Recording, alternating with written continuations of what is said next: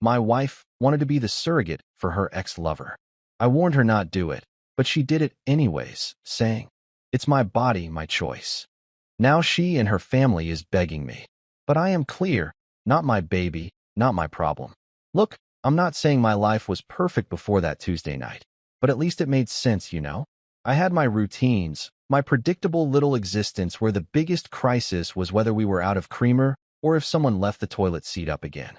I was sprawled in my recliner, that glorious throne of worn leather that had molded itself to my ass over 7 years of faithful service, with my phone in one hand and a rapidly cooling cup of coffee in the other, doing what every red-blooded American does after a long day of pretending to care about quarterly reports, scrolling through Netflix like I was getting paid for it.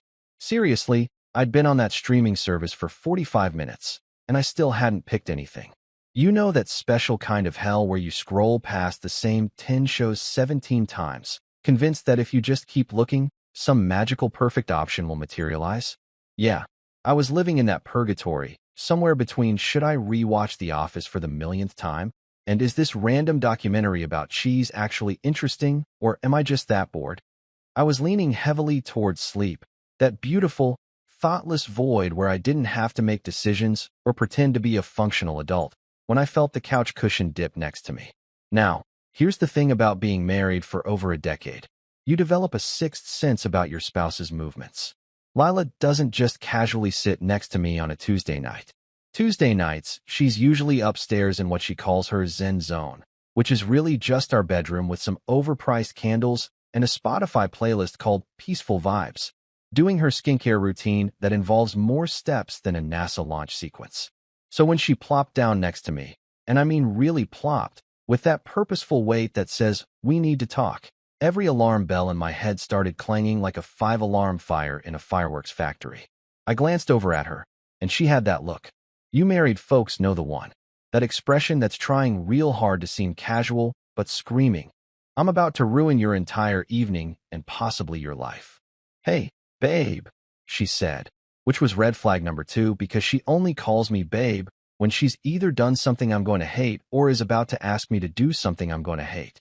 The rest of the time, I'm Marcus, or honey, or hey you with the face. "What's up?" I said, pausing some trailer for a show I definitely wasn't going to watch anyway. I tried to keep my voice neutral, but I'm pretty sure it came out sounding like someone waiting for their dentist to say this might hurt a little. She took a breath. One of those deep, preparatory breaths people take before jumping into a cold pool or telling their boss to shove it, and said, "So, I've been thinking about something, and I wanted to talk to you about it." "Okay," I said slowly, drawing out the word like I could somehow delay whatever bomb was coming if I just spoke slowly enough. My brain was already running through possibilities. She wants to redecorate again, my wallet whimpered. She wants to adopt a dog. I'm allergic. She found my secret stash of gas station beef jerky. Look, everyone needs their vices. Her mom is moving in. Absolutely not. I'd rather live in my car. But what came out of her mouth next wasn't on my list. Not even close. "I'm going to be a surrogate," she said. And for a split second, I felt this weird sense of relief because, hey, that's actually kind of nice, right? Helping some couple who can't have kids? That's like humanitarian stuff. I was already halfway to feeling proud of her when she added, "For Adrian." Adrian. Adrian, asterisk. Let me tell you, I've heard some wild things in my life. I once heard a guy at work explain his theory that birds aren't real and are actually government surveillance drones. I've heard my Uncle Terry insist that he could totally take a bear in a fight if he had a good stick and the element of surprise. I've listened to infomercials at 3 in the morning promising that a special mop could change my life. But this was a whole new level of what the actual hell. Adrian, her ex-lover, the guy she dated before me, the one she swore was just ancient history and totally irrelevant and nothing to worry about. Marcus, why are you being so insecure? That Adrian. I blinked. Then I blinked again. I blinked so hard and so many times that I'm pretty sure I gave myself a minor headache. My brain was doing that thing where it tries to process information that doesn't compute, like when you're sure you parked on level 3, but your car is actually on level 5, and you question your entire existence. Good one. I finally managed, my voice coming out all strangled and weird. I even laughed a little, because obviously this was a joke. Had to be. Maybe one of those pranks for YouTube or TikTok or whatever platform people use these days to humiliate each other for clicks. What's next? You want me to babysit him too? Maybe I can coach the kids' little league team while we're at it. But Lila wasn't laughing. She wasn't even smiling. She just sat there looking at me with this expression that was half defensive, half defiant, like she'd already rehearsed this conversation in her head 50 times and knew exactly where it was going. "I'm serious, Marcus," she said, and her voice had that edge to it, that tone that told me she'd already made up her mind, and this wasn't actually a discussion. This was a notification, an announcement, a press release from the desk of Lila Williams, coming soon to ruin a marriage near you. My coffee cup was still in my hand, and I looked down at it like it might have answers. It didn't. It just had lukewarm coffee and a chip in the rim that I kept meaning to throw away, but never did because, hey, it still holds liquid, right? Adrian, I repeated, just to make sure I'd heard right.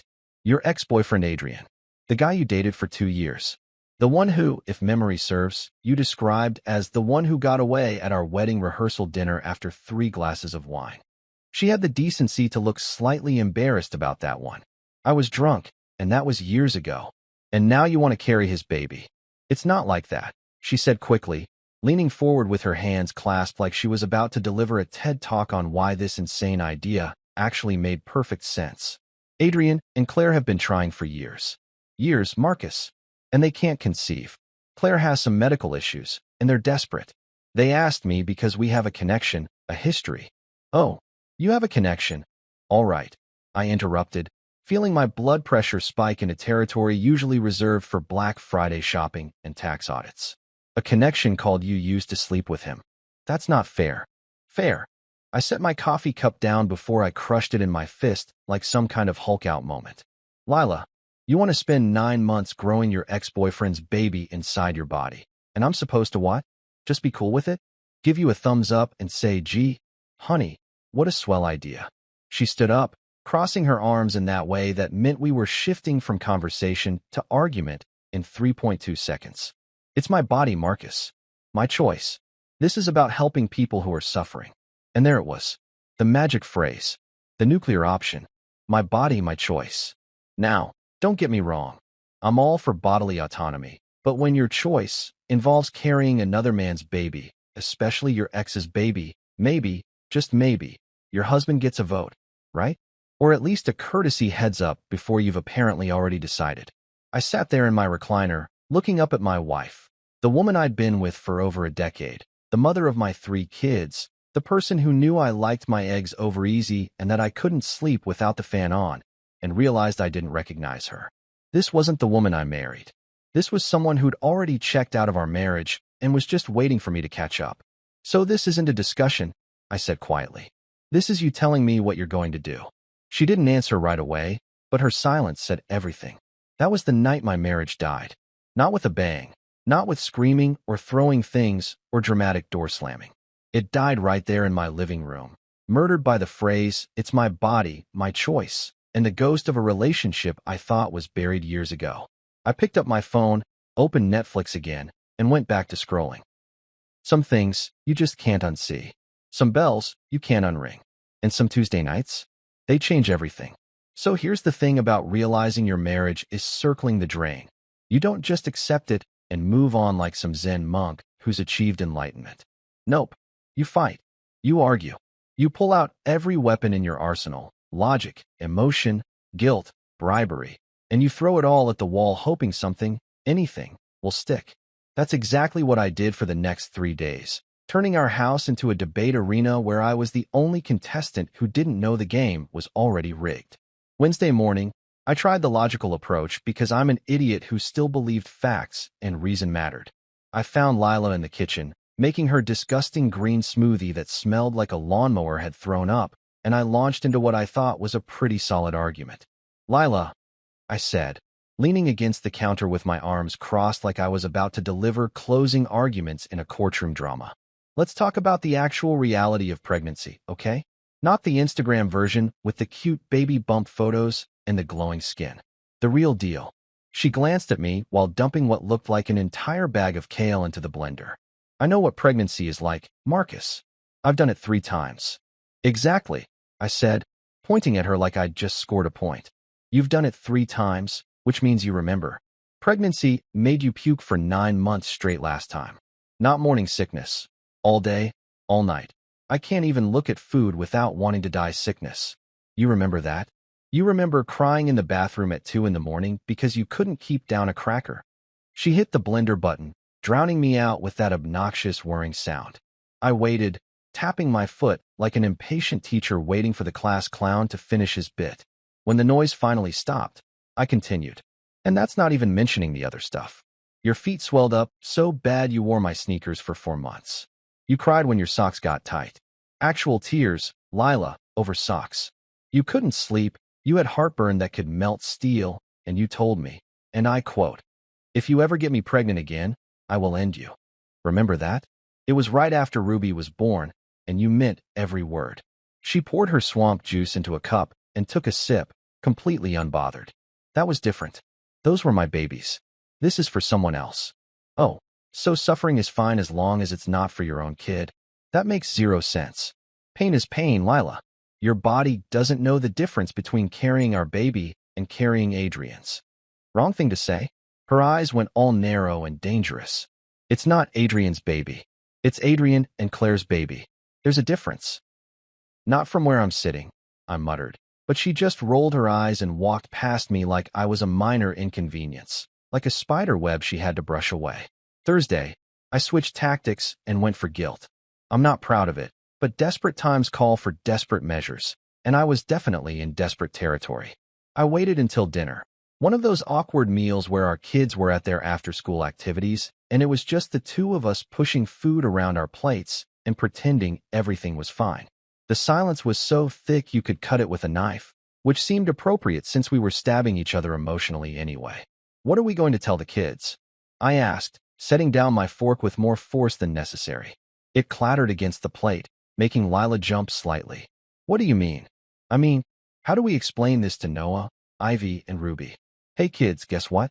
Mommy's going to be pregnant, but it's not your brother or sister. It's actually Uncle Adrian's baby.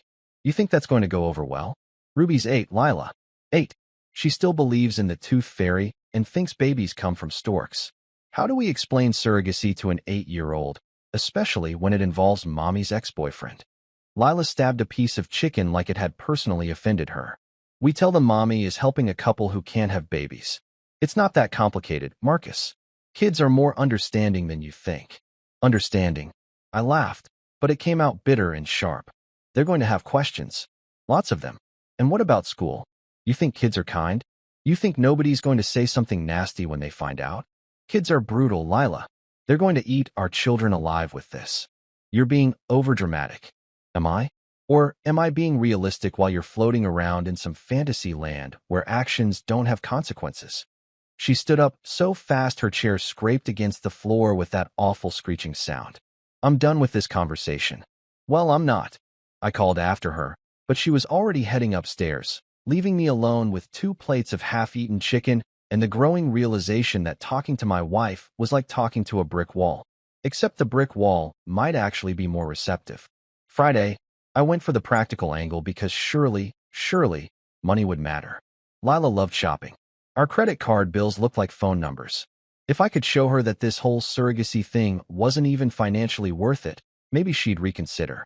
I found her in the living room, scrolling through her phone with that glazed expression people get when they're deep in the Instagram vortex, probably looking at pictures of other people's perfect lives while ours imploded. Lila, can we talk about the financial aspect of this? I sat down across from her, pulling out my phone where I'd done some research. Yeah, I'd actually spent time Googling surrogacy compensation like some kind of divorce lawyer preparing for trial. She didn't look up. What about it? Adrian's offering you 20 grand, right? 25, actually. Okay, 25 grand. That sounds like a lot, but let's break it down. That's over 9 months, which is about $2,700 a month. Before taxes, by the way, because yes, that money is taxable. So really, you're looking at maybe 2 grand a month, give or take. Finally, she looked up. Your point. My point is that $25,000 doesn't even cover your online shopping habit for a year. I've seen the Amazon boxes, Lila. I've seen the credit card statements. You spent $300 last month on throw pillows. Throw pillows. We have 17 throw pillows in this house. Nobody needs 17 throw pillows. This isn't about money. Then what is it about? I threw my hands up, feeling that familiar frustration building in my chest like heartburn after bad Chinese food. Because from where I'm sitting, you're willing to put your body through hell, risk your health, strain our marriage, confuse our kids, and basically blow up our entire life for what amounts to pocket change. It doesn't make sense. She stood up, clutching her phone like it was a life preserver. It makes sense to me, Marcus. Adrian and Claire deserve a chance to be parents. They're desperate. They're suffering. And I can help them. Why can't you understand that? Because Adrian's not just some random guy. I was on my feet now too, and we were facing each other like two boxers in a ring. Except there were no referees and nobody was going to ring a bell to save us. He's your ex, Lila. The guy you used to love. The guy you probably still have feelings for, even if you won't admit it. That's not true, isn't it? Be honest with yourself, if not with me. This isn't about helping some struggling couple. This is about you wanting to stay connected to Adrian. This is about unfinished business and what if and all that romantic garbage. And I'm supposed to just sit here and watch while you carry his baby? While you give him something you gave me? Hell no. Not happening. Lila just stared at me, and I swear I saw something in her eyes. Maybe guilt, maybe pity, maybe nothing at all. When she finally spoke, her voice was quiet but firm, like a judge delivering a sentence. Marcus, you're being dramatic. Adrian and Claire deserve this chance. They're good people. And that's when I knew. Really, truly knew. I wasn't arguing with my wife anymore. I wasn't married to Lila Williams, the girl I'd fallen in love with in college, the one who laughed at my stupid jokes and fell asleep during movies and made the best chocolate chip cookies I'd ever tasted. I was married to her ex-boyfriend's family plan. I was married to someone who'd already checked out, who'd already chosen someone else's happiness over our marriage, who looked at me like I was the problem for not being okay with the most insane situation ever conceived by human minds. So that's it, I said, my voice coming out flat and tired. I don't get a say in this. My feelings don't matter. Our marriage doesn't matter. It's just decided. She didn't answer, but she didn't need to. Her silence was answer enough. I walked away, heading to the garage where I kept my tools and my old college beer fridge and all the stuff that was mine, just mine, in a house that was supposed to be ours. And I realized something sitting there on my workbench, surrounded by half-finished projects and the smell of motor oil. You can't logic someone out of a position they didn't logic themselves into. You can't guilt someone who doesn't think they're doing anything wrong. You can't reason with someone who's already made up their mind and is just waiting for you to accept it. I'd been arguing with a brick wall for 3 days. And brick walls? They don't move. You know what's worse than your wife making an insane decision that nukes your marriage? The flying monkeys that come out of the woodwork to tell you what a terrible person you are for not supporting said insane decision. And let me tell you, Lila's family and friends didn't waste any time forming their little army of judgment and unsolicited opinions. It started Saturday morning. I was in the garage, trying to fix the lawnmower because apparently that's what men do when their lives are falling apart. We tinker with engines and pretend that if we can just get this one thing working, maybe everything else will magically fall into place too. Spoiler alert, it doesn't work that way. My phone rang, and I saw the name flash across the screen. Marcy, Lila's sister. The woman who once told me at a family barbecue that I seemed like the type who peaked in high school, which was both rude and inaccurate since I was a solid B- student with mediocre social skills. I considered letting it go to voicemail, but curiosity got the better of me. Big mistake. Huge. Marcus, she chirped, her voice so sweet it could give you diabetes. That fake sweetness people use when they're about to say something that's definitely not sweet. How are you doing? I heard about Lila's wonderful news. Wonderful. That was the word she used. Wonderful. Like my wife carrying her ex-boyfriend's baby was on par with winning the lottery or finding a $20 bill in your old jeans. Did you now? I said flatly, not bothering to make it sound like a question. Yes. And I just wanted to call and say how proud you must be. Marcus, Lila is doing something so noble, so selfless. Not many women would make this kind of sacrifice. You should be supporting her, lifting her up during this incredible journey. I looked at the lawnmower, at the wrench in my hand, and seriously considered whether banging my head against the workbench would be less painful than this conversation. Noble, I repeated. Marcy, You do realize she's carrying her ex-boyfriend's baby, right? We're not talking about donating a kidney to a stranger or volunteering at a soup kitchen. This is Adrian, the guy she dated before me. The guy whose name she definitely didn't say during our wedding vows. But honestly, at this point, I wouldn't be surprised if she had. There was a pause, and I could practically hear Marcy clutching her pearls through the phone. Marcus, that's a very ugly way to look at it. This isn't about Adrian being her ex. This is about two people who desperately want to be parents and need help. Lila has a gift. She can carry a child. And she's generous enough to share that gift. You should be proud, not petty. Petty. My grip tightened on the wrench. I'm not being petty. I'm being realistic. There's a difference between surrogacy for a stranger and surrogacy for your ex-lover. Surely you can see that. Or has everyone in your family just collectively lost their minds? I think you're being selfish, she said, and now the sweetness was gone, replaced by that sharp edge of judgment. Lila is doing God's work, and you're sitting here thinking only about yourself. What about Adrian and Claire? What about their pain? Their longing for a child? Don't they deserve happiness? What about my pain? I shot back. What about my marriage? What about the fact that I'm supposed to sit here for 9 months watching my wife grow another man's baby?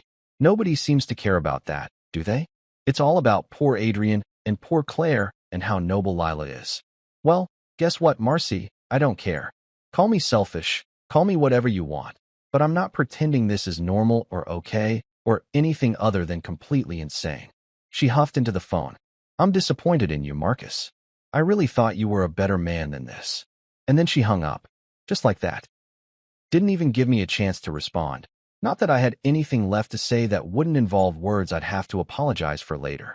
I stood there in my garage, staring at my phone, wondering what alternate dimension I'd stumbled into where I was the bad guy for not wanting my wife to carry her ex's baby. The lawnmower sat there, still broken, mocking me with its silence. But Marcy was just the opening act. The real headliner came Sunday morning, right outside church of all places.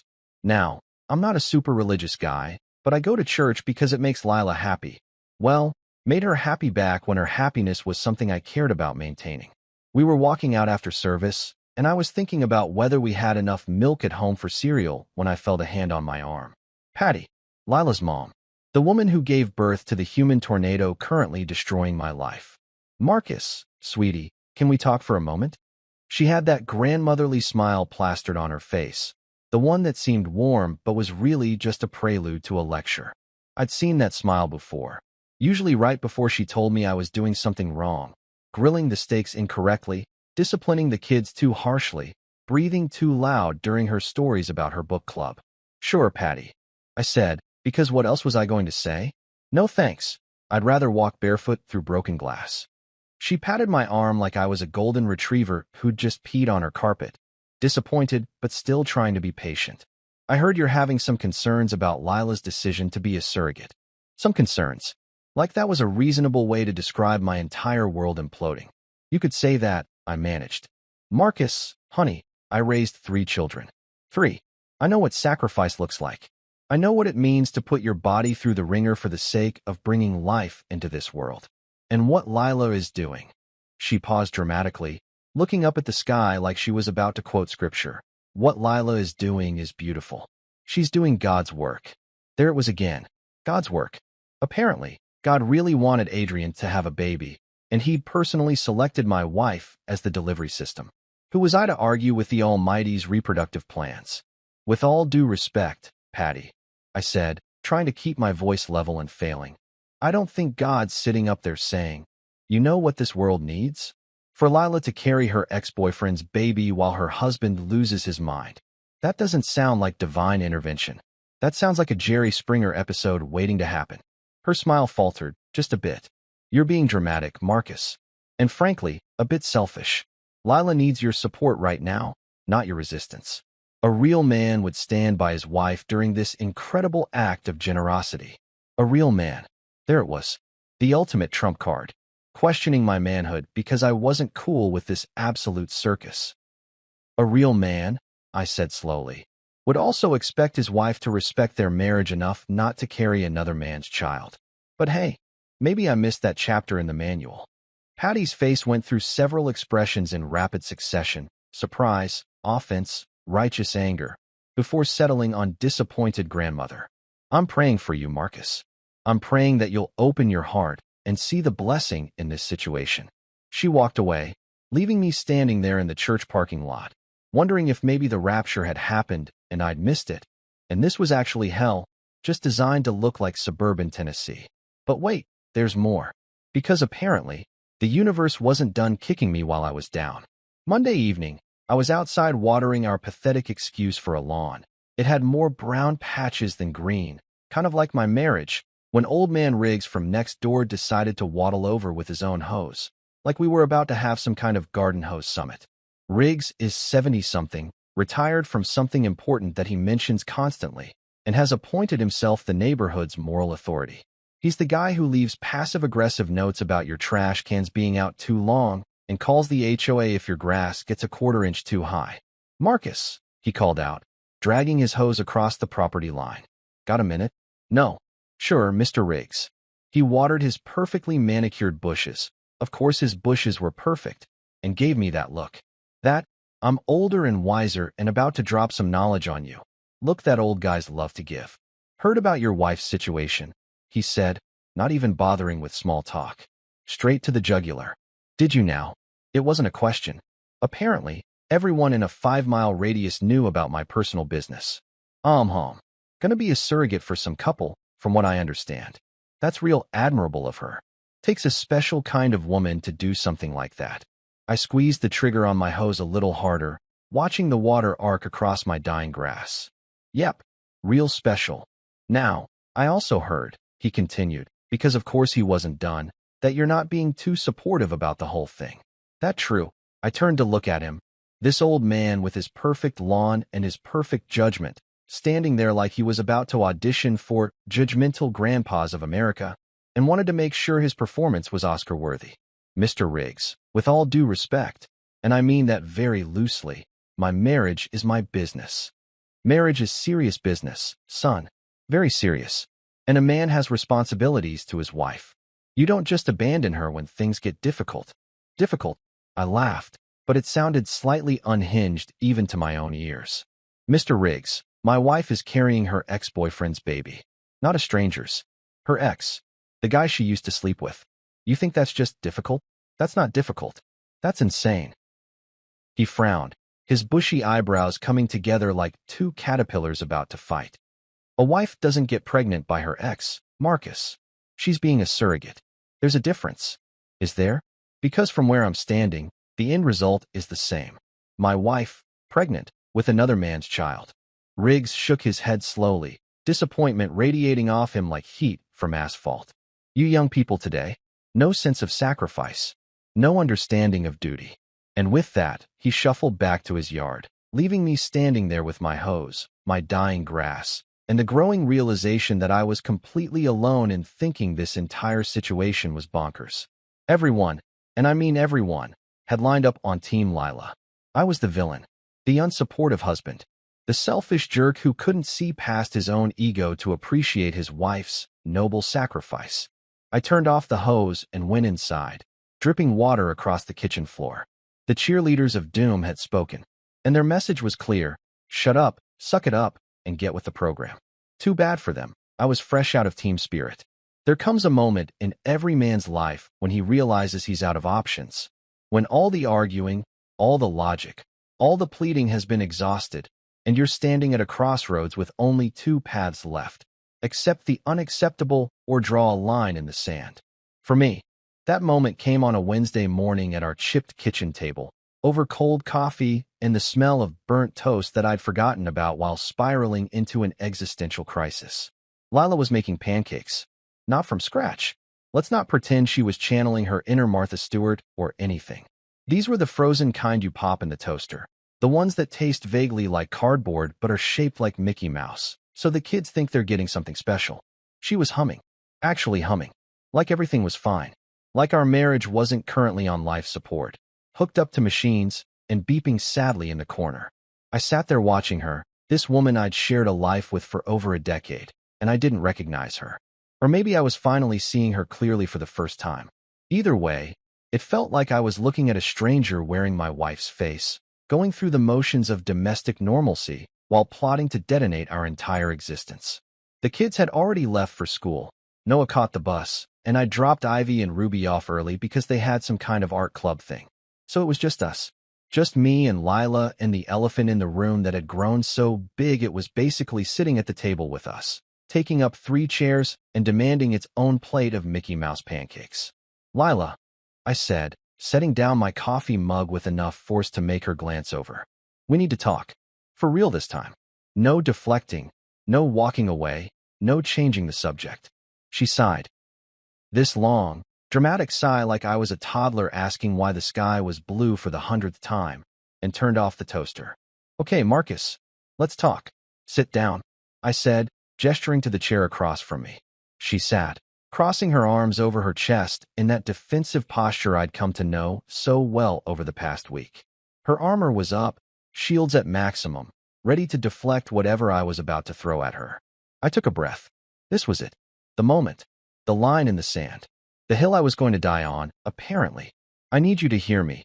Really hear me, okay? Not just listen while you wait for your turn to talk, but actually process what I'm about to say. I'm listening, she said, but her tone suggested she absolutely was not listening, not in any meaningful way. If you do this, I said slowly, making eye contact so she couldn't pretend she misunderstood later. If you go through with this surrogacy for Adrian, our marriage is over. Done. Finished. I will file for divorce, and I will not look back. I expected shock. Maybe anger. Possibly tears. What I got was an eye roll so dramatic. I'm surprised her eyeballs didn't just pop out of her skull and roll under the fridge to hide with all the dust bunnies and lost Cheerios. Are you serious right now? She asked, uncrossing her arms to gesture wildly like she was directing traffic. You're threatening me with divorce? That's your big move. It's not a threat, Lila. It's a statement of fact. I'm drawing a boundary. I'm telling you that I cannot, will not, stay in this marriage if you go through with this. I've tried everything else. I've argued. I've reasoned. I've begged. And you don't care. So this is it. This is my line. She leaned back in her chair, studying me like I was a particularly disappointing student who'd just failed an easy test. So let me get this straight. You're going to throw away 13 years of marriage, blow up our family, hurt our children, because I want to help someone have a baby? That's what you're telling me. Don't do that, I said, feeling my jaw tighten. Don't twist this around like I'm the one blowing things up. You're the one who decided to carry your ex-boyfriend's baby without any real consideration for how I'd feel about it. You're the one who keeps dismissing my concerns like they don't matter. You're the one who's already checked out of this marriage. I'm just acknowledging reality. Reality. She laughed, but it was harsh and brittle. Your reality, Marcus. Your version of events where everything is about you and your feelings and your ego. My ego. I stood up, my chair scraping against the tile floor with that awful sound that makes your teeth hurt. This has nothing to do with ego. This has to do with respect, with boundaries, with the basic understanding that marriage means something, that it comes with expectations and limits. And one of those limits, at least in my book, is that my wife doesn't carry another man's child. Call me old-fashioned, call me whatever you want, but that's where I stand. Lila stood up too, matching my energy, and we faced each other across our cheap kitchen table with its chipped edges and coffee stains that never quite came out no matter how much I scrubbed. How many meals had we eaten at this table? How many homework sessions and family game nights and boring Tuesday dinners? And now it was ground zero for the end of everything. Then maybe, she said, her voice low and sharp like a knife, you should rethink what being a husband means. And there it was. Her mic drop moment. Her grand finale. The ultimate dismissal wrapped up in a pretty little package of moral superiority. She thought she'd won. I could see it in her face, in the way her chin lifted and her shoulders squared. She thought she'd delivered the killing blow, the line that would make me back down and shut up and fall in line like everyone else in her life apparently had. But here's the thing about ultimatums. They only work if the other person cares about the outcome. And I'd reached a point where I cared more about my self-respect than I cared about saving a marriage that was already dead. It was still walking around, sure, but it was a zombie. All the appearance of life with none of the actual substance. If being a husband means watching you carry your ex's baby, I said quietly, calmly, with the kind of certainty that comes from finally knowing exactly what you need to do, If it means swallowing my feelings and my boundaries and my basic human dignity just to keep the peace, if it means sitting back while you prioritize Adrian's happiness over our marriage, then yeah, I'll pass. I picked up my coffee mug, still half full of cold, bitter coffee that matched my mood perfectly, and walked to the sink. I poured it out, watching the dark liquid swirl down the drain, and rinsed the cup carefully, methodically, like I had all the time in the world. Behind me, Lila was silent. I could feel her staring at my back, probably trying to figure out if I was bluffing, trying to calculate whether I'd actually follow through or if this was just another argument that would blow over by dinner time. I dried my hands on the dish towel, the one with the roosters on it that Lila's mom had given us for Christmas 3 years ago, and turned to face her. I love you, Lila. Or at least, I love the person I thought you were. But I can't do this. I won't do this. So the choice is yours. You can call Adrian right now, tell him the surrogacy is off, and we can try to fix this marriage. Or you can go through with it, and I'll call my lawyer. Those are your options. That's it. No middle ground. No compromise. No, let's see how it goes. Pick one. She stared at me for a long moment, and I saw about 17 different emotions flash across her face. Surprise, anger, hurt, defiance, disbelief. Her mouth opened, closed, opened again. For a second, just a second, I thought maybe I'd gotten through. Maybe the reality of losing everything would snap her out of whatever fantasy world she'd been living in. But then her face hardened, her jaw set, and I knew. I knew before she even opened her mouth. I'm not calling Adrian, she said. I made a commitment. I'm seeing it through. And just like that, it was over. 13 years, 3 kids, a mortgage, countless memories, both good and bad. All of it reduced to ashes because my wife would rather carry her ex-boyfriend's baby than save our marriage. I nodded slowly, not trusting myself to speak. What was there to say, really? She'd made her choice. She'd picked Adrian over me, picked some misguided sense of obligation over her actual family, picked literally anything and everything except us. Okay then, I finally managed, my voice surprisingly steady. I'll be making some calls today. I walked past her, grabbed my keys from the hook by the door, and headed toward the garage. I needed to get out of that house, away from her, away from the smell of fake pancakes and the ghost of what used to be my life. Marcus, she called after me, and I paused with my hand on the doorknob. Part of me, that stupid, hopeful part that still believed in fairy tales and happy endings, thought maybe she'd changed her mind. Maybe she'd realized what she was about to lose. This doesn't have to end our marriage, she said. You're making it bigger than it is. Once the baby's born, things will go back to normal. You'll see. I looked back at her, standing there in our kitchen with her arms wrapped around herself, and I felt something inside me crack. Not break. It had already broken days ago. This was different. This was that final piece of whatever I'd been holding on to, just letting go. Things will never be normal again, Lila, I said. And that's on you. I left her there with her frozen pancakes and her delusions, got in my car, and drove. I didn't have a destination in mind. I just drove, heading nowhere and everywhere, with my phone burning a hole in my pocket because I knew what I had to do next.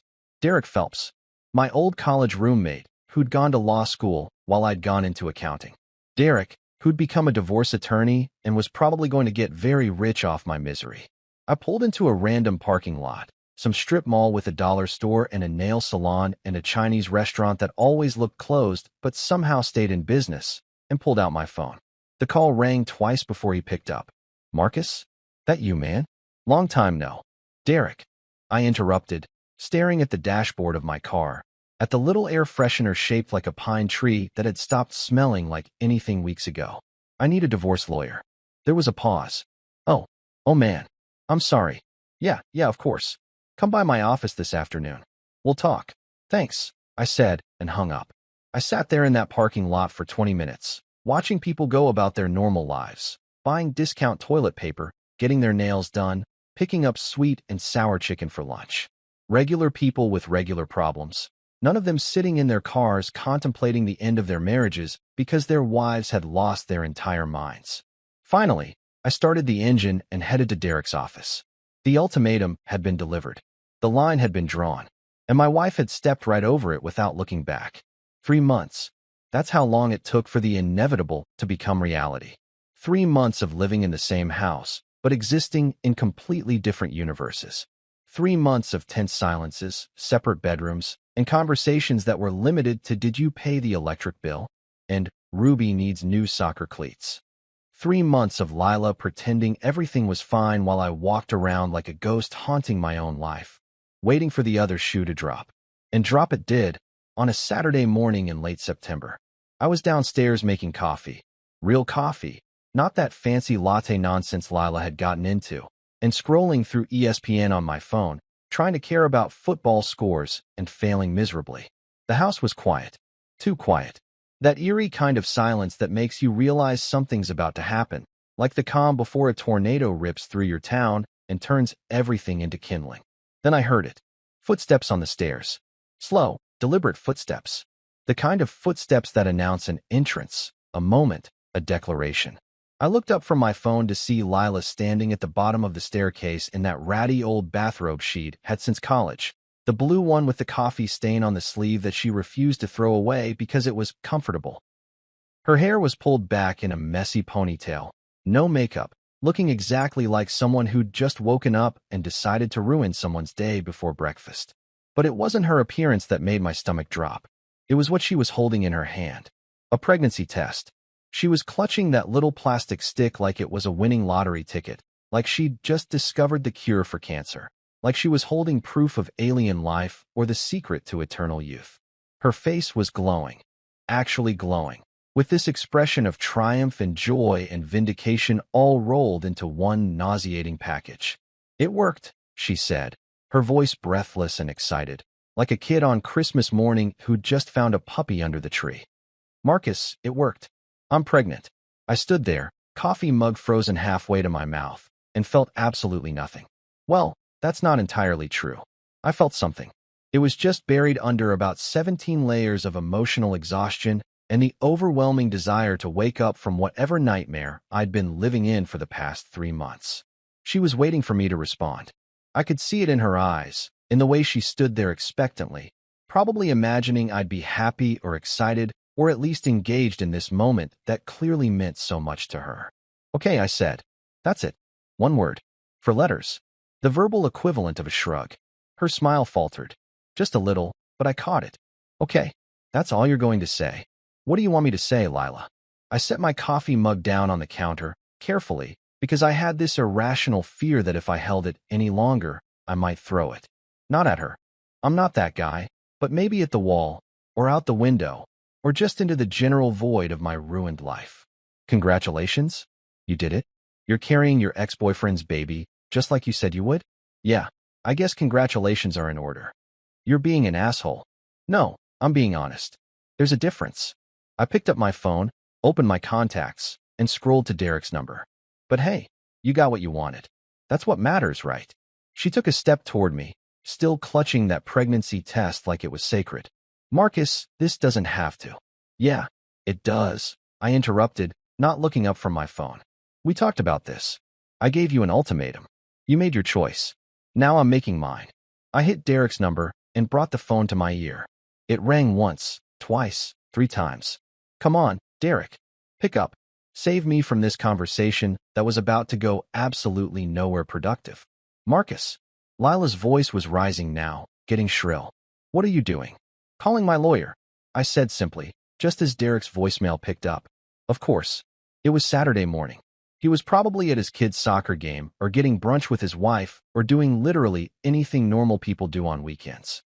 "Hey Derek, it's Marcus. She's pregnant. Please call me back when you get this. We need to move forward." I hung up and finally looked at Lila. Really looked at her. She was staring at me like I'd just slapped her, her mouth hanging open in this perfect circle of shock and disbelief. "You're really doing this," she said, and it wasn't a question. "You're actually filing for divorce. What did you think was going to happen?"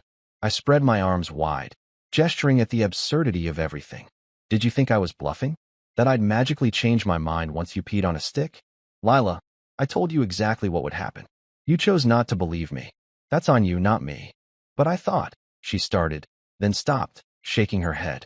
"I thought once you had time to think about it, to really process it, you'd understand. You'd see that this isn't about us. It's about helping Adrian and Claire." There it was again. Adrian and Claire. Always Adrian and Claire. Never us. Never our marriage. Never our kids or our life or anything that should have mattered more than her ex-boyfriend's reproductive desires. I did process it. I said, my voice flat and tired. I processed it for 3 months. And you know what I realized? I realized that you care more about Adrian's happiness than you care about our marriage. You care more about being some kind of hero in your own story than about the very real consequences of your actions. And I'm done. I'm done pretending this is normal or okay or something I should just accept because everyone else thinks you're a saint. She was crying now, tears streaming down her face, and once upon a time, that would have destroyed me. I would have crossed the room and pulled her into my arms and tried to make everything better because that's what you do when you love someone, right? You fix things. You comfort. You support. But I didn't move. I just stood there, watching her cry, and felt nothing but a vague sense of relief that we were finally here, finally at the point where pretense wasn't necessary anymore. I can't believe you're doing this to me, she sobbed. I'm pregnant, Marcus. Pregnant. And you're abandoning me. You're pregnant with another man's baby, I corrected. There's a distinction. And I'm not abandoning you. I warned you. Multiple times. You chose not to listen. Actions have consequences, Lila. Welcome to yours. I grabbed my keys from the hook, my wallet from the counter, and headed toward the door. I needed to get out of that house before I said something even more brutal, before the anger that I'd been keeping carefully locked away broke free and turned me into someone I didn't want to be. Where are you going? She called after me, her voice breaking. Out, I said. Away from you. Away from this. I'll be back later to get some things. I'm moving into a hotel until I can find an apartment. Marcus, please. I turned back one more time, my hand on the doorknob. You wanted this, Lila. You fought for this. You chose this over our marriage, over me, over everything we built together. So congratulations. You won. I hope it was worth it. And with that, I walked out. I got in my car, started the engine, and just sat there for a minute, staring at our house. The house we'd bought 7 years ago, the house where we'd raised our kids, the house that held 1,000 memories, both good and bad. It looked the same as always.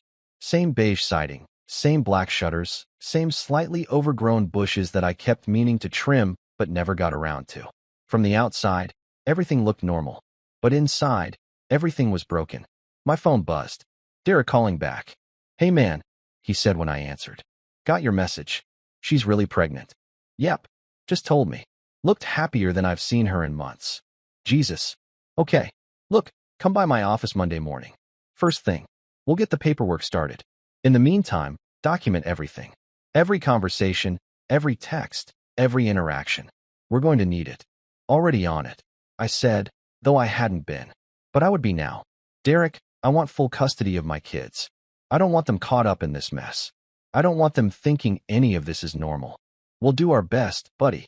I can't promise anything, but we'll build the strongest case we can. Just hang in there, okay? I know this sucks. Understatement of the century, I muttered. We talked logistics for a few more minutes. What I should do, what I shouldn't do, how to handle the next few weeks. Then I hung up and just sat there in my driveway, watching a neighbor walk their dog, seeing someone else mowing their lawn, observing the regular rhythms of suburban Saturday morning life carrying on like my world wasn't currently imploding. Eventually, I drove to a hotel, not a nice one, just one of those extended stay places that smells like industrial cleaner and sadness, and booked a room for a week. The guy at the front desk looked at me with pity in his eyes, probably recognizing the particular brand of desperation that comes with checking into a budget hotel on a Saturday morning with no luggage and dead eyes. I texted Noah, my oldest, hey buddy, staying at a hotel for a bit. Work stuff. Love you. Make sure your sisters do their homework. He texted back immediately. Everything okay, Dad? It will be, I lied. Don't worry. Just boring adult stuff. I spent the rest of the day lying on a bed that was too firm with pillows that were too flat, staring at a ceiling with a water stain shaped vaguely like Florida, and thinking about how my life had become a country song. All I needed was for my dog to die and my truck to break down, and I'd have the full set. My phone kept buzzing. Texts from Lila. Mostly. Please come home. We need to talk. You're being irrational. Think about the kids. I can't believe you're doing this. I didn't respond. What was there to say that hadn't already been said? Around dinner time, I ordered a pizza. Pepperoni and mushroom, because apparently even in crisis I stick to my usual order and ate it while watching SportsCenter, not really processing anything I was seeing or tasting. This was my life now. Hotel rooms and frozen silences, and the wreckage of 13 years reduced to legal documents and custody arrangements. Lila got her pregnancy, her moment of triumph, her chance to be Adrian's hero, and I got my freedom. Within a week, she was served papers. Derek handled it professionally, sent a process server to her office during her lunch break. Clean, efficient, no drama. Well, no drama from my end, anyway. According to Derek, Lila had quite a bit of drama when she opened that envelope. Apparently, she called him 17 times in one afternoon. He didn't answer. Good old Derek. Worth every penny. My wife wanted to play happy families with her ex-boyfriend's baby? Fine. She could do it as a single mother. Not my baby. Not my problem. Not my circus. Not my monkeys. And definitely, absolutely, never in a million years not my ex-wife's problem anymore. Living in a hotel for 3 weeks teaches you things about yourself. Like how you can survive on takeout and vending machine snacks. How you can watch the same SportsCenter loop 17 times without actually processing any information. How silence can be both peaceful and deafening at the same time. But mostly, it teaches you that sometimes the worst part of ending a marriage isn't the big dramatic moments. It's the slow, grinding reality of what comes after. I found an apartment eventually. Nothing fancy. A 2-bedroom in a complex that smelled like old carpet and someone's perpetual attempt at cooking fish. But it had a washer-dryer in the unit and was close enough to the kids' school that I could still do pickup when it was my turn. The lease was month to month because, hey, who knew where I'd be in 6 months? Certainly not me. I was just making it up as I went along, one day at a time, like some kind of divorce-themed 12-step program. But here's the thing nobody tells you about separating from your spouse. They don't actually disappear from your life. Especially when you have kids together. Especially when that spouse has decided to turn the family home into some kind of shrine to their terrible life choices.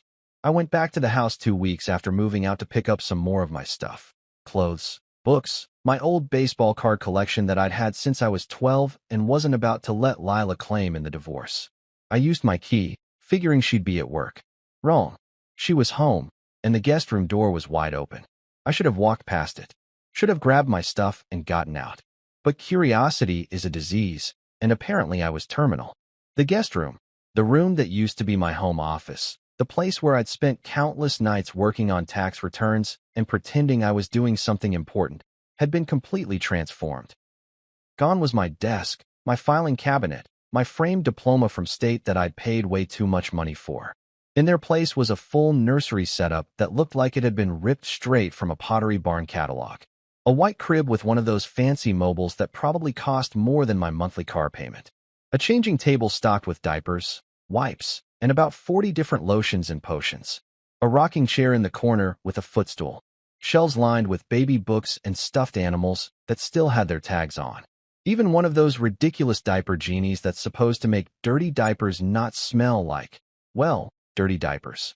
And above the crib, in those wooden letters that basic people love to put on walls, it spelled out, Adrian Jr. I stood in the doorway, staring at this monument to insanity, and felt my eye twitch.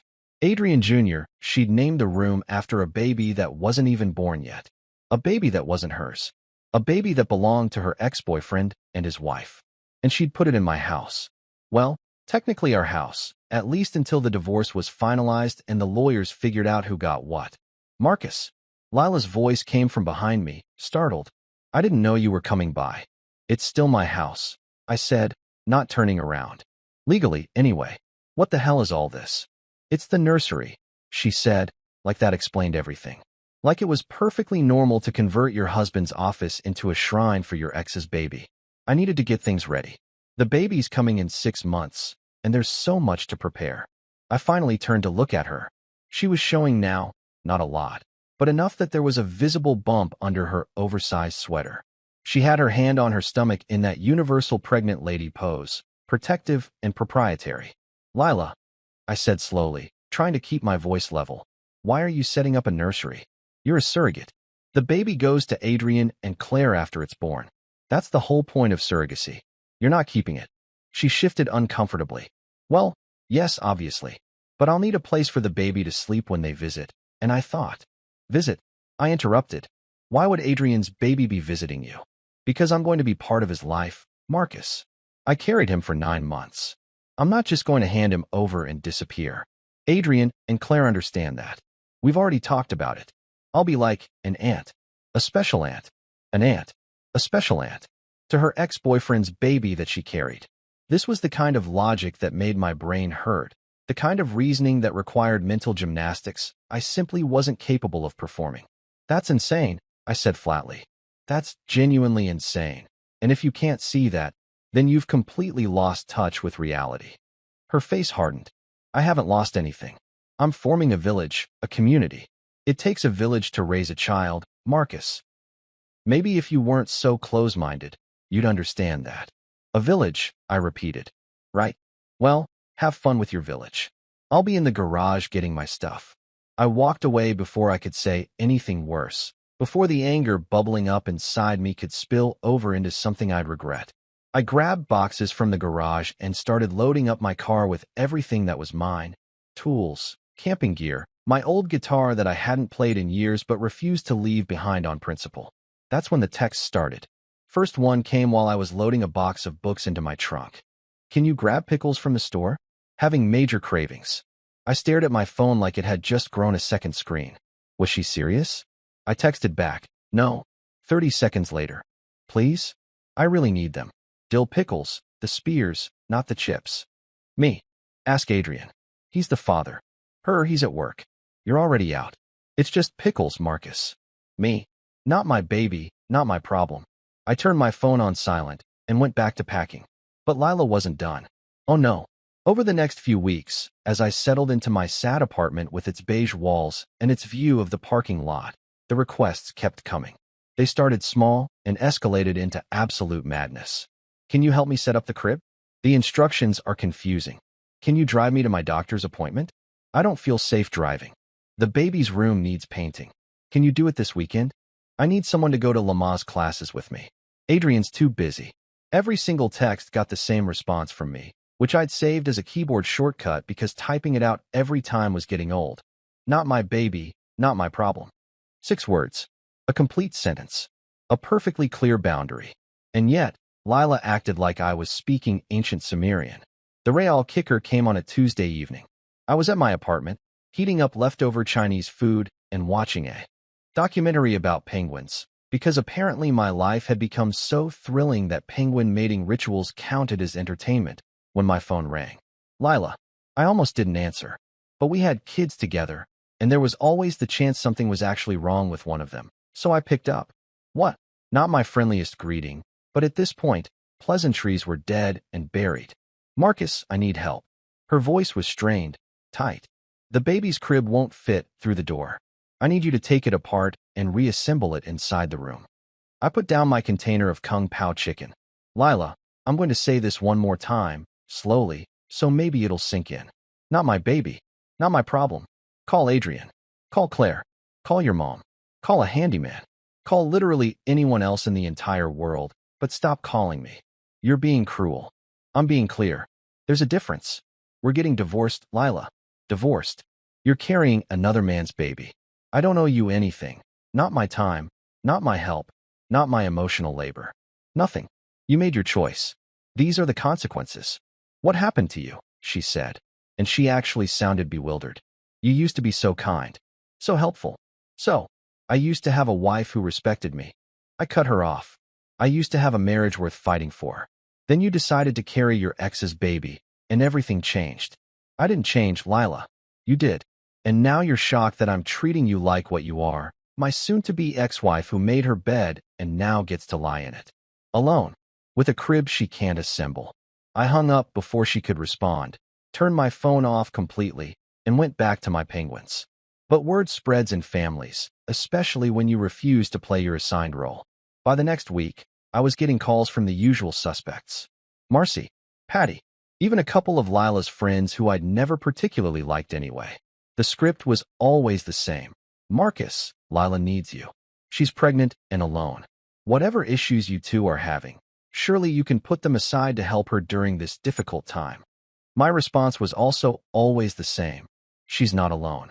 She has Adrian, who is the actual father of the baby. She has Claire, who is the actual mother of the baby. She has her entire support system. What she doesn't have is me, because I'm not part of this equation. I'm not the father. I'm not her husband anymore. I'm just some guy who used to be married to her before she lost her mind. Even old man Riggs got involved. I was checking my mail one evening, mostly bills and credit card offers, the glamorous life of a separated man, when he shuffled over with that look on his face. That judgmental, disappointed. Back in my day, we didn't do things this way. Look, Marcus. He started, and I already knew where this was going. Your wife, soon-to-be ex-wife, I corrected, is pregnant and struggling. I see her out there trying to carry groceries, and you're nowhere to be found. A man doesn't abandon his wife when she's pregnant. That's just basic decency. I closed my mailbox and turned to face him fully. Mr. Riggs, with all due respect, and at this point that's not much, a wife doesn't get pregnant by her ex-boyfriend. But since we're throwing around opinions about other people's lives, let me ask you something. If your wife had decided to carry her ex-lover's baby, would you stick around? Would you be helpful and supportive and play happy family? He opened his mouth, closed it, opened it again like a fish gasping for air. That's different. How? How is it different? Because I'm genuinely curious how you're going to explain the difference between my situation and your hypothetical situation. Because that would never happen. My wife would never. Exactly, I said. Your wife would never. But mine did. And now everyone wants to act like I'm the bad guy for having boundaries. Well, guess what? I don't care. Call me heartless. Call me cruel.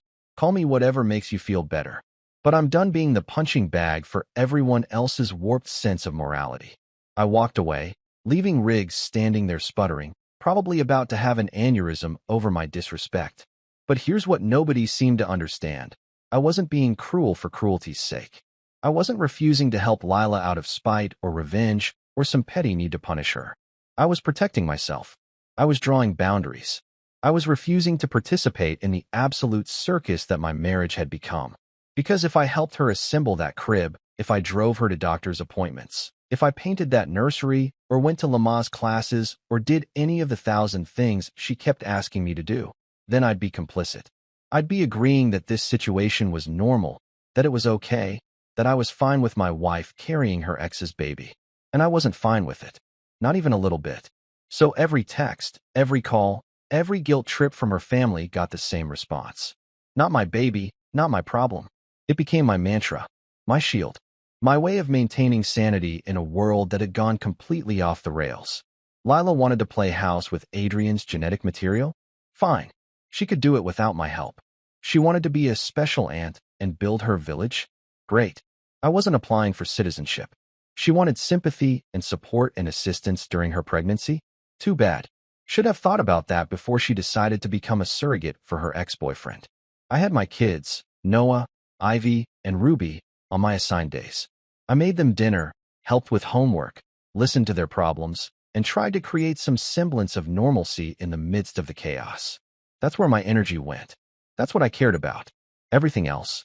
Everything involving Lila and her pregnancy and her increasingly desperate requests for help. Not my baby. Not my problem. And definitely, absolutely, never in a million years not my circus anymore. You know that feeling when you're waiting for the other shoe to drop? When you know something bad is coming, you just don't know exactly when or how it'll hit. That was my entire existence for months. Walking around with this low-level anxiety humming in the background like a refrigerator that's about to die, but hasn't quite committed yet. And then, on a perfectly ordinary Tuesday in April, the shoe didn't just drop. It plummeted from orbit like a meteor aimed directly at my phone. I was at work, sitting in my cubicle at Henderson & Associates Accounting, staring at a spreadsheet that might as well have been written in hieroglyphics for all the attention I was paying it. Tax season was over, thank God, which meant the apocalyptic stress had downgraded to regular, everyday stress. I was contemplating whether the break room coffee was worth the walk when my phone started vibrating on my desk. Lila. Calling. I stared at her name on the screen for a solid 5 seconds, debating whether to answer. We hadn't spoken directly in weeks. All communication had been going through our lawyers or terse text messages about kid logistics. Nothing good ever came from Lila calling me anymore. But again, kids. Always the kids making me answer when my gut screamed to let it go to voicemail. What? I answered, not bothering with pleasantries. Marcus. Her voice was strained, tight, punctuated by heavy breathing. It's happening. The baby. I'm in labor. I felt absolutely nothing. Well, that's not true.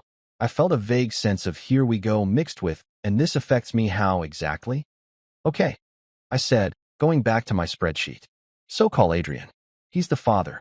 Seems like something he should know about. He's not answering. Her voice went up an octave, edging into panic territory. He's in a meeting, Marcus. Some big presentation at work. His phone is off. I've called him 17 times. Then call Claire. She's the mother. This is literally her baby. I'm sure she'd want to know. She's at a spa. Lila practically shrieked. Some wellness retreat thing in the mountains. No cell service. I can't reach either of them. And I'm alone. And I'm scared. And I need. Lila. I interrupted, my voice calm and flat. You need Adrian. You need Claire. You need the actual parents of the baby you're currently delivering. What you don't need is me. Please. And now she was crying.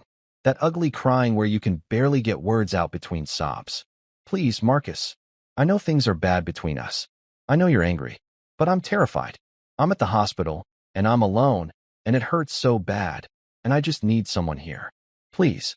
I'm begging you. I sat there in my ergonomic office chair that the company had bought after Jerry from accounts receivable threw his back out, listening to my soon-to-be ex-wife sob and beg, and I felt nothing. No surge of sympathy. No instinct to rush to her rescue. No softening of my resolve. Just a calm, clear certainty about exactly what I was going to say next. Then call your mom. Call your sister. Call one of your friends. Call an Uber driver. I bet they'd be more invested in this than I am. But don't call me, Lila. This is not my emergency. This is not my baby. This is not my problem. How can you be so cold? She gasped between contractions, or sobs, or both. What happened to you? You used to be. I used to have a wife who didn't carry her ex-boyfriend's baby, I said. Things change. You made your choices. These are mine. Good luck with the delivery. And I hung up. I sat there for a moment, phone in my hand, waiting to feel guilty. Waiting for that wave of, oh God, what have I done, to crash over me. Waiting to feel like the monster everyone kept telling me I was. It never came. Instead, I felt lighter. Freer. Like I'd just set down a backpack full of rocks I'd been carrying for months. My phone started buzzing again. Lila calling back. I declined it. She called again. Declined. Again. Declined. After the 5th call, I blocked her number and went back to my spreadsheet. For exactly 45 seconds, I had peace. Then my desk phone rang. The ancient landline that nobody ever called except telemarketers and that one client who refused to use email because he thought the government was monitoring his electronic communications. I picked up. Marcus Williams. Marcus James Williams. Marcy's voice came through so loud I had to hold the phone away from my ear. My middle name. She'd busted out the full government name. This was serious. What is wrong with you? Hi, Marcy, I said calmly. I'm at work. Can this wait? No, IT cannot wait. Your wife is in labor, alone and terrified, and you hung up on her? What kind of man does that? The kind whose wife is delivering another man's baby. I replied, clicking through my spreadsheet like this was a normal Tuesday conversation. Look, I'm sure this is very dramatic and emotional, but I have actual work to do. Lila made her choices. Adrian made his choice to go to a meeting instead of keeping his phone on. Claire made her choice to go to a spa on her baby's due date. All of these are choices that adults made, and I'm not responsible for cleaning up the consequences. She needs you. She needs Adrian. He's the father, not me. I'm just the guy who used to be married to the incubator. Big difference. You're disgusting, Marcy spat. Absolutely disgusting.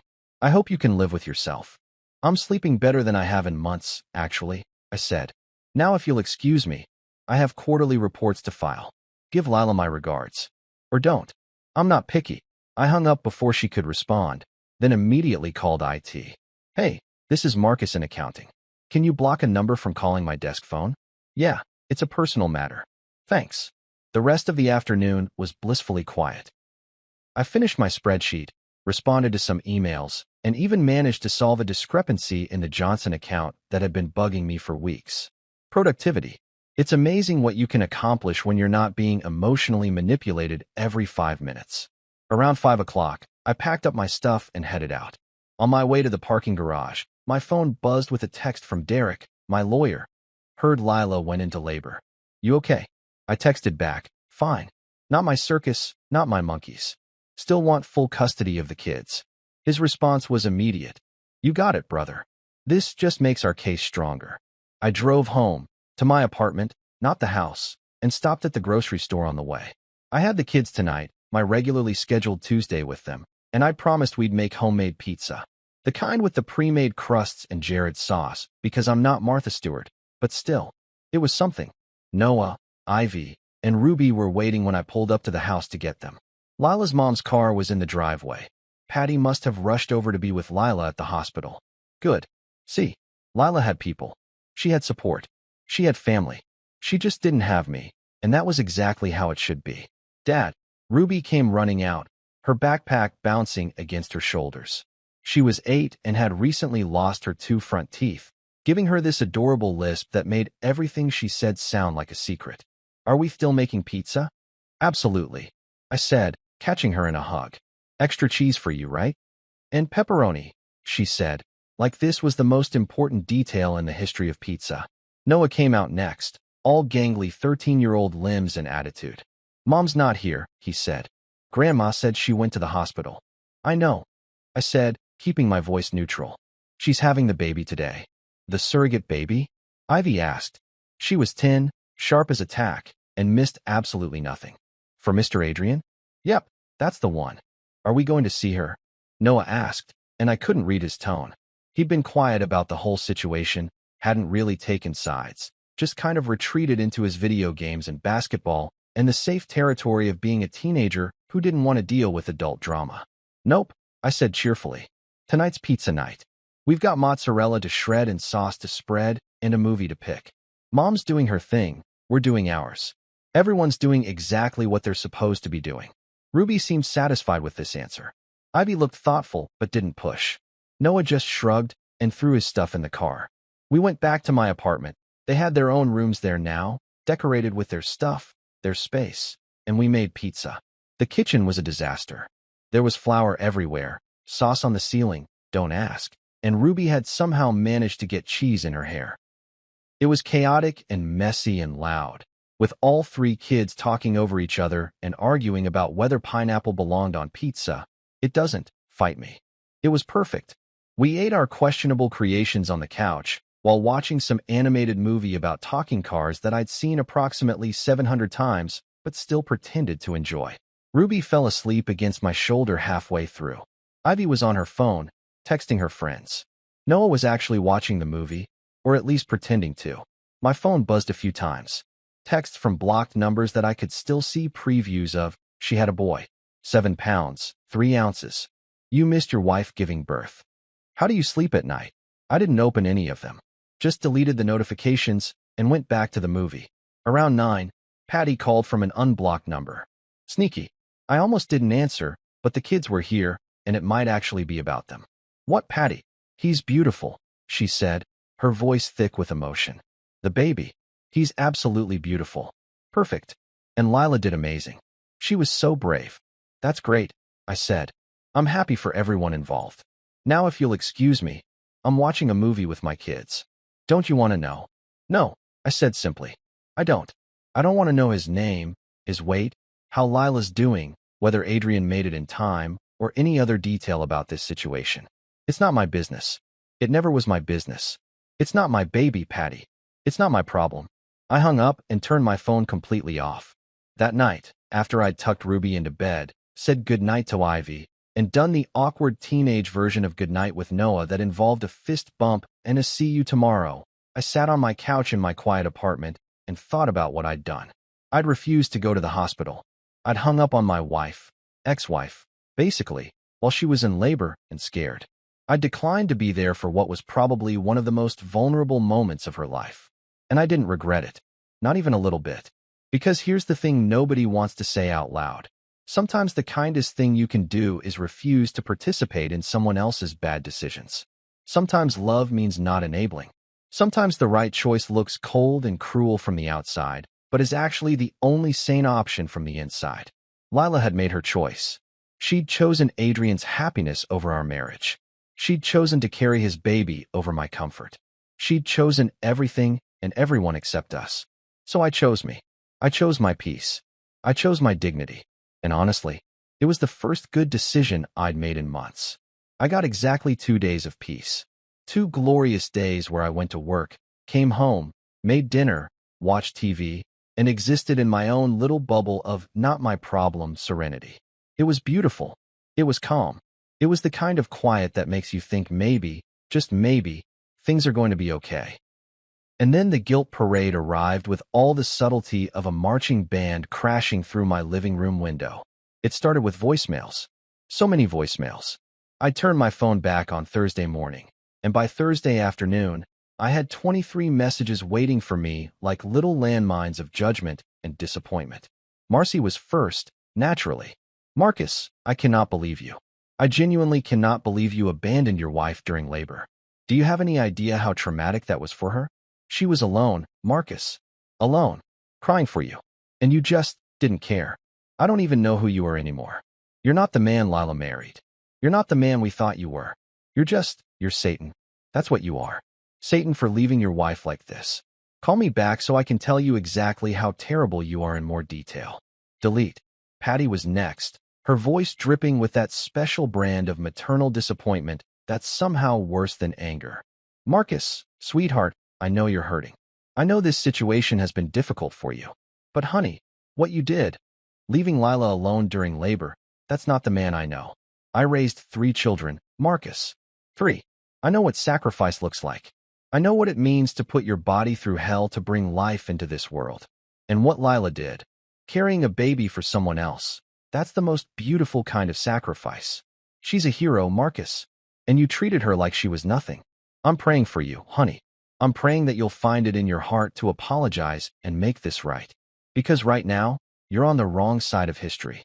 Delete. Then came Lila's friends. Women I'd met maybe 3 times at various parties and dinners. Women who probably couldn't pick me out of a lineup if their lives depended on it, suddenly had very strong opinions about my character. Hi Marcus, this is Jessica, Lila's friend from book club. I just wanted to say that what you did is unforgivable. Lila has been nothing but loyal and loving to you, and you repaid her by abandoning her in her most vulnerable moment. I hope you're proud of yourself. Delete. Marcus, it's Brenda from Lila's yoga class. I don't know what kind of man leaves his pregnant wife alone at the hospital, but it's not the kind of man any woman would want. You should be ashamed. Delete. There were more. So many more. A whole chorus of voices telling me what a monster I was, how cruel I'd been, how I'd failed some fundamental test of humanity. And you know what the funny thing was? Not one of them mentioned that it wasn't my baby. Not one acknowledged that Lila had chosen to carry her ex-boyfriend's child. Not one seemed to think that maybe, just maybe, I had a right to my feelings and my boundaries. Nope. I was just the villain. The cold, heartless husband who'd abandoned his poor, suffering wife. The real kicker came Friday evening. I was at my apartment, heating up some leftover Chinese food, orange chicken that had definitely seen better days, but was still edible if you didn't think about it too hard, when someone knocked on my door. I looked through the peephole. Adrian, standing there in his business casual outfit, looking like he'd just come from work, holding what appeared to be a gift basket. You've got to be kidding me. I debated not answering, just standing there silently until he went away. But curiosity won out. I had to know what kind of audacity brought him to my door. I opened it, but didn't invite him in. Just stood there in the doorway, arms crossed, staring at him like he was a door-to-door salesman trying to sell me encyclopedia sets in the year 2025. Marcus, he said, his voice all smooth and concerned, like we were old friends catching up. Can we talk? We are talking, I said. You've got about 30 seconds before I close this door. He shifted the gift basket awkwardly. I wanted to thank you for everything you've done, for being understanding about the surrogacy, for supporting Lila through this journey. I know it wasn't easy. I held up a hand, stopping him mid-speech. Adrian, let me make something very clear. I didn't do anything. I didn't support Lila. I didn't help with her pregnancy. I didn't go to the hospital. I did absolutely nothing except file for divorce and protect my own sanity. So if you're here to thank me, you're thanking the wrong guy. He blinked, clearly not expecting that response. Well, yes, I heard about the divorce, and I'm sorry about that. But Marcus, we're all connected now. We're family, in a way. Claire and I, Lila, you, the kids, we're all part of this beautiful network of... I laughed. Actually laughed right in his face. Family? Adrian, the only thing connecting us is your DNA inside my wife. That doesn't make us family. That makes me the world's unluckiest roommate in the most dysfunctional situation ever conceived by human minds. I don't think you understand. No, you don't understand, I said, my voice getting harder. You don't understand that I want nothing to do with you, your wife, your baby, or any part of this circus. You convinced my wife to carry your child, which directly led to the end of my marriage. So no, we're not family. We're not friends. We're not connected. You're just some guy who used to sleep with my wife and somehow convinced her to be your personal incubator. That's it. That's the whole relationship. Adrian's face was doing this interesting thing where it cycled through several emotions: surprise, offense, anger, confusion, before landing on forced patience. Marcus, I understand you're angry. I'm not angry, I interrupted. I'm done. There's a difference. Angry implies I still care enough to have emotional investment. I don't. I'm just tired of people showing up at my door or calling my phone or leaving voicemails telling me I'm terrible for having boundaries. So here's what's going to happen. You're going to take your gift basket, go back to your wife and your new baby, and never contact me again. You're going to tell everyone in Lila's orbit to stop calling me, stop texting me, and stop showing up at my apartment. And in return, I'll continue to do what I've been doing, which is absolutely nothing that involves any of you. But the baby is not mine, I finished. Not my baby, not my problem, not my family. Congratulations on your son, Adrian. I hope he has your eyes and your wife's sanity, because God knows Lila's lost hers. Now get off my doorstep before I call the cops for harassment. Adrian stood there for another moment, probably trying to figure out if I was serious. I was. Deadly serious. Finally, he nodded slowly, turned, and walked away, still carrying his stupid gift basket.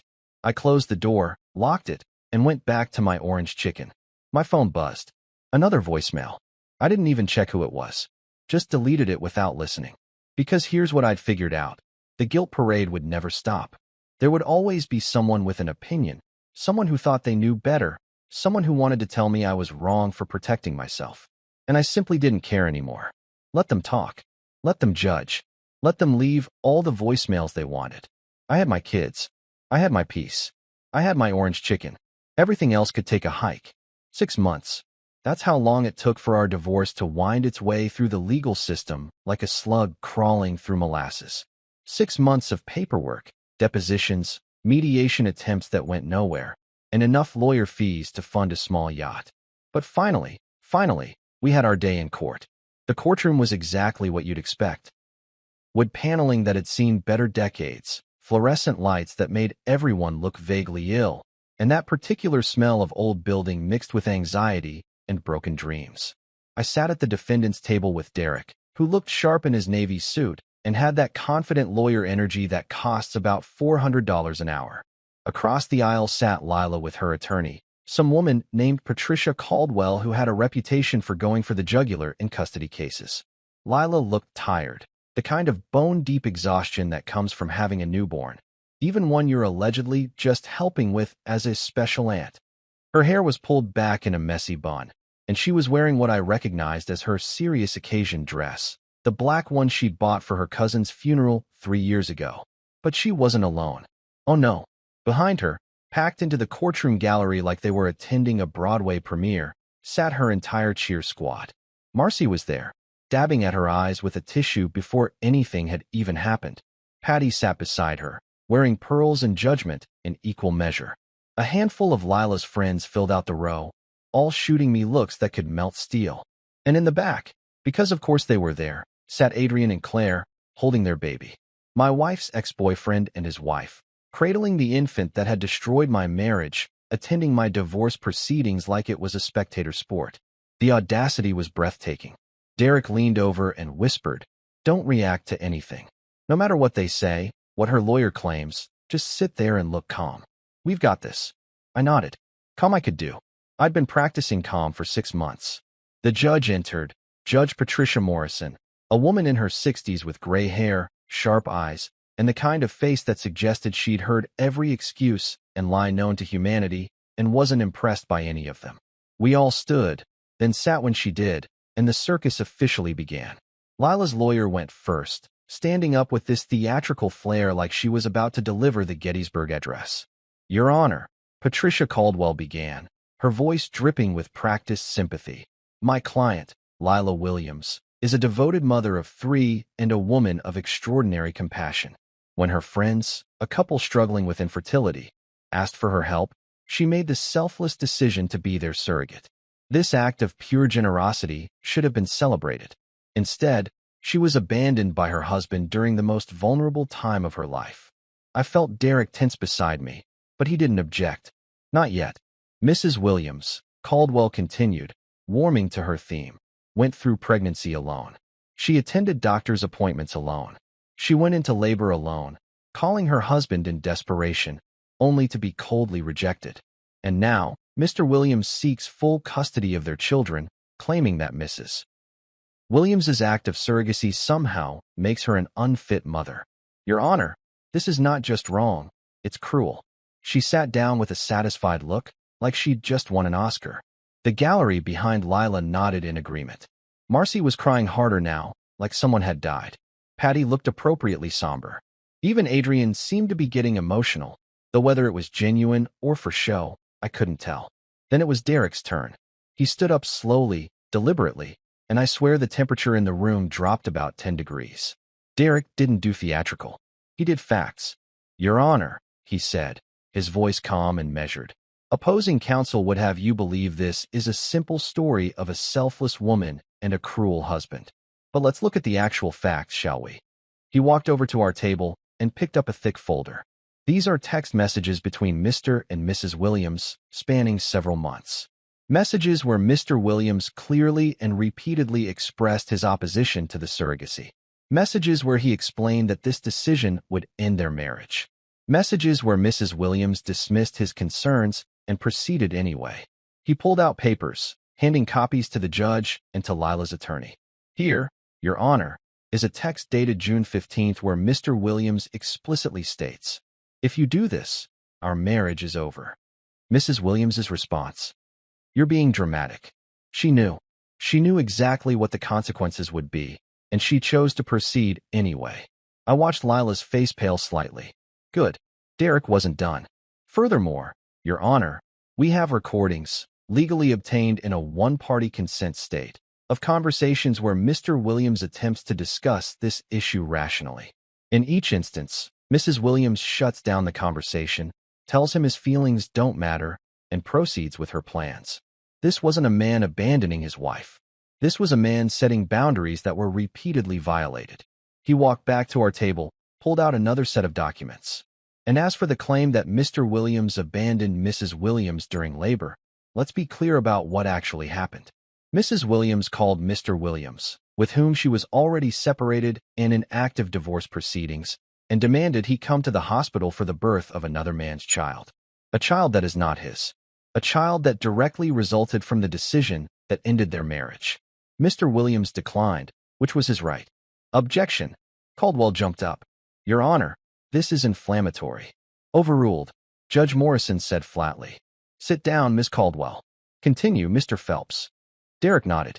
Your Honor, the question before you today is custody. Who can provide a stable, consistent environment for these 3 children?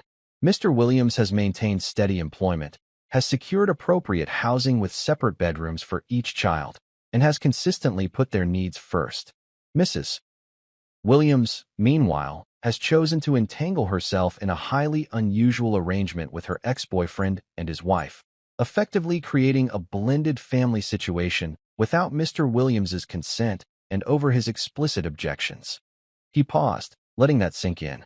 The children have reported, and we have documentation of this, confusion and distress about their mother's pregnancy and her continued involvement with the baby.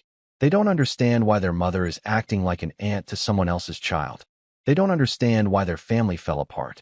and Mrs. Williams has been unable or unwilling to provide them with clarity or stability. Derek walked right up to the judge's bench. Your Honor, Mr. Williams is not seeking full custody out of spite or revenge. He's seeking full custody because his children need stability, clear boundaries, and a parent who puts their needs first. That parent is him. We ask that you grant him full physical custody with supervised visitation for Mrs. Williams until she can demonstrate that she has established appropriate boundaries and prioritized her children's well-being over her unusual commitments. He sat down. The courtroom was dead silent. Judge Morrison looked down at the papers in front of her, then up at Lila. Mrs. Williams, would you like to address the court? Lila stood up, shaky, tears streaming down her face. Your Honor, I love my children. Everything I did because I wanted to help people who were suffering. I never meant to hurt anyone. I thought Marcus would understand eventually. I thought he'd see that this was a good thing, a beautiful thing. I never wanted our marriage to end. I never wanted any of this. Her voice broke. Behind her, Marcy sobbed loudly. It was pure theater. Judge Morrison's expression didn't change. Mrs. Williams, did your husband clearly express his opposition to the surrogacy before you proceeded? Lila hesitated. Yes, but... And did you proceed anyway, knowing it would likely end your marriage? Another hesitation. I thought he would change his mind. That wasn't my question. Did you proceed knowing your husband opposed it and warned you of the consequences? Lila looked down. Yes. Judge Morrison nodded slowly, made some notes, then looked up at both of us. I'll have my decision within the week. This court is adjourned. The gavel came down, and it was over. Outside the courtroom, Lila's entourage surrounded her, all offering comfort and support. Adrian and Claire hurried past me without making eye contact, clutching their baby like I might try to steal it. Derek clapped me on the shoulder. That went well. Really well. I think we've got this.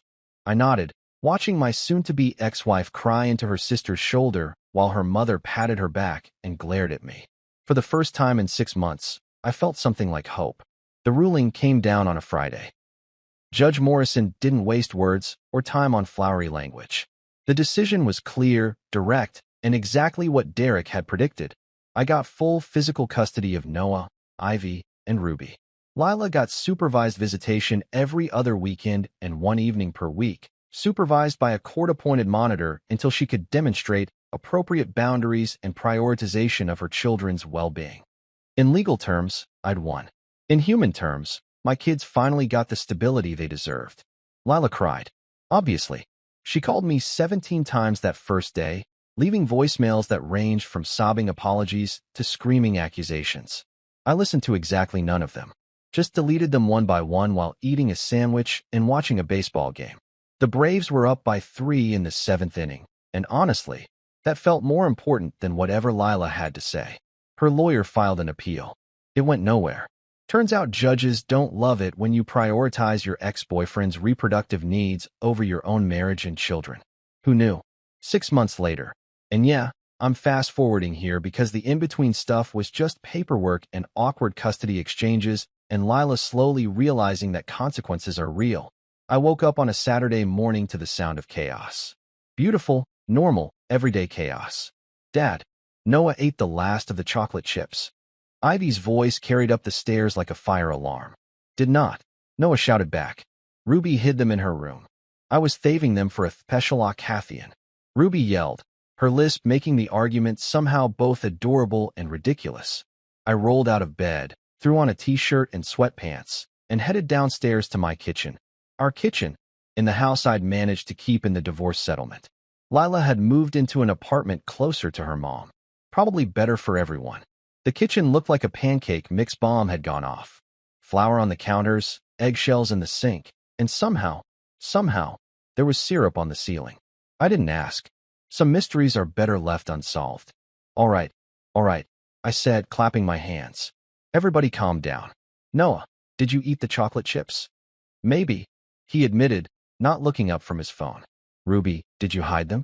Yes, she said, crossing her arms defiantly. Ivy, did you check before you started making accusations? She had the decency to look sheepish. No. Okay then. New rule. If you want chocolate chips in your pancakes, you ask first. If they're gone, we improvise. We've got blueberries in the fridge. Crisis averted. Can we all agree that nobody needs to die over breakfast ingredients? 3 grudging nods. Excellent. Now who wants to flip? Ruby's hand shot up. Me. We made pancakes. Terrible. Misshapen. Some burnt, some raw pancakes that tasted like heaven because we made them together. We argued over who got the last piece of bacon.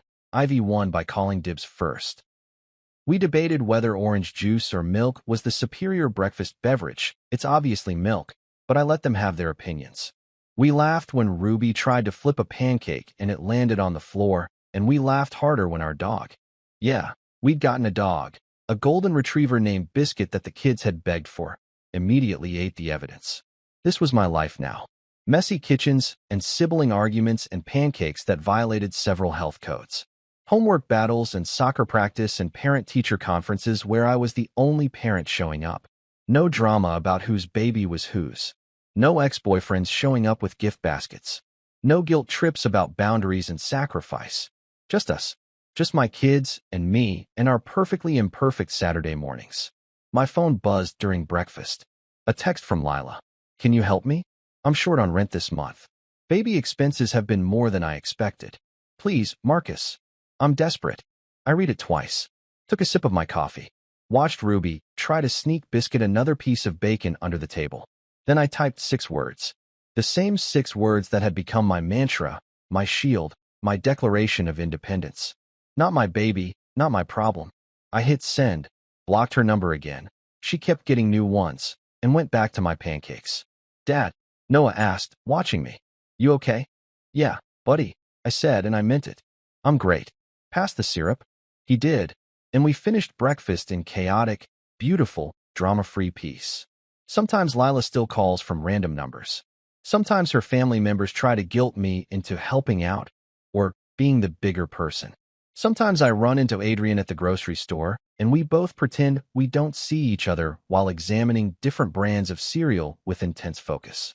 And every single time, my answer is the same.